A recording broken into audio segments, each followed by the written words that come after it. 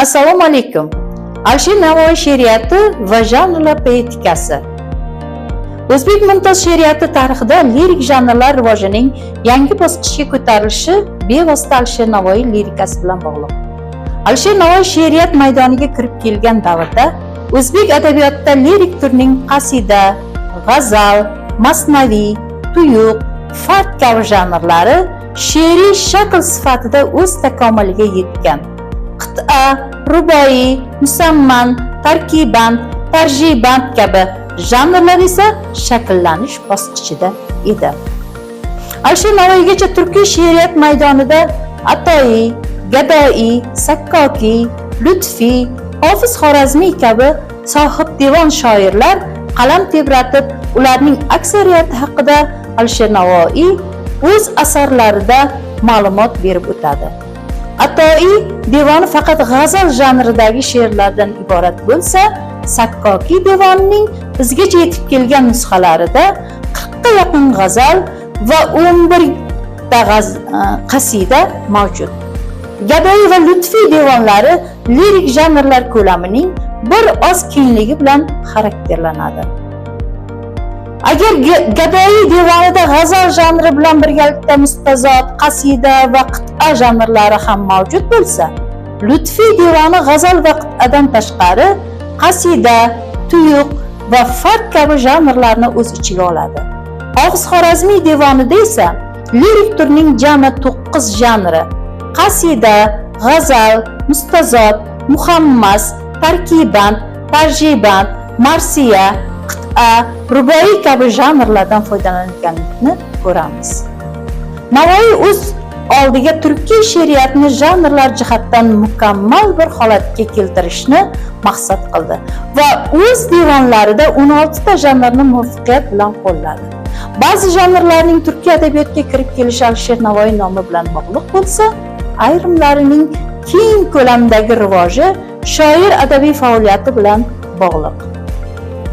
Alisher Navoiy bolalik chog'laridanoq she'rlar mashq qilib, ustozlar e'tirofiga sazovor bo'lganligi ilm ahliga yaxshi ma'lum.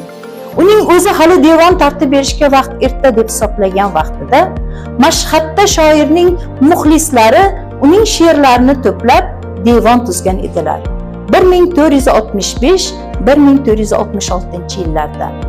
Fanga bugun ilk devon deb ataluvchi ushbu to'plam tarkibida 391 g'azal, 41 ruboiy, 1 mustazod va 1 muhammas, jami 4 lirik janrdagi 434 she'r mavjud.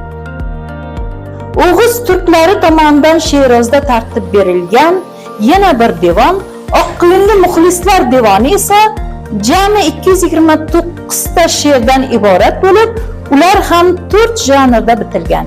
224 ta g'azal, 1 mustazod, 3 muhammas, 1 tarjiband. Devonga avvalgi devonda mavjud bo'lmagan tarjiband janri kiritilgan bo'lib, ilk devondan o'rin olgan ruboiy janridagi she'rlar ushbu devonda uchramaydi. Agar shoirning bu davrda Said Hasan Ardashirga maktub tarzda masnaviy bitganligini, Husayn Bayqaro taxtga o'tirishi munosabati bilan Hiloliya qasidasini ham yozilganligini hisobga olsak, Navoiy 1471-yilgacha bizda mavjud ma'lumotlar asosida 7 ta lirik janrda she'rlar bitganligini ta'kidlash mumkin.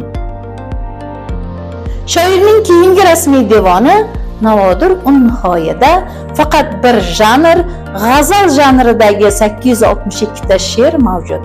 Aslida Navodir un-Nihoyaning Sultonali Mashhadiy tomonidan ko'chirilgan nusxasida g'azaldan tashqari yana mustazod, tarjiband, qit'a, ruboiy, lug'z, muammo va tuyuq kabi janrlar ham bo'lib, ular jami 8 janrda bitilgan.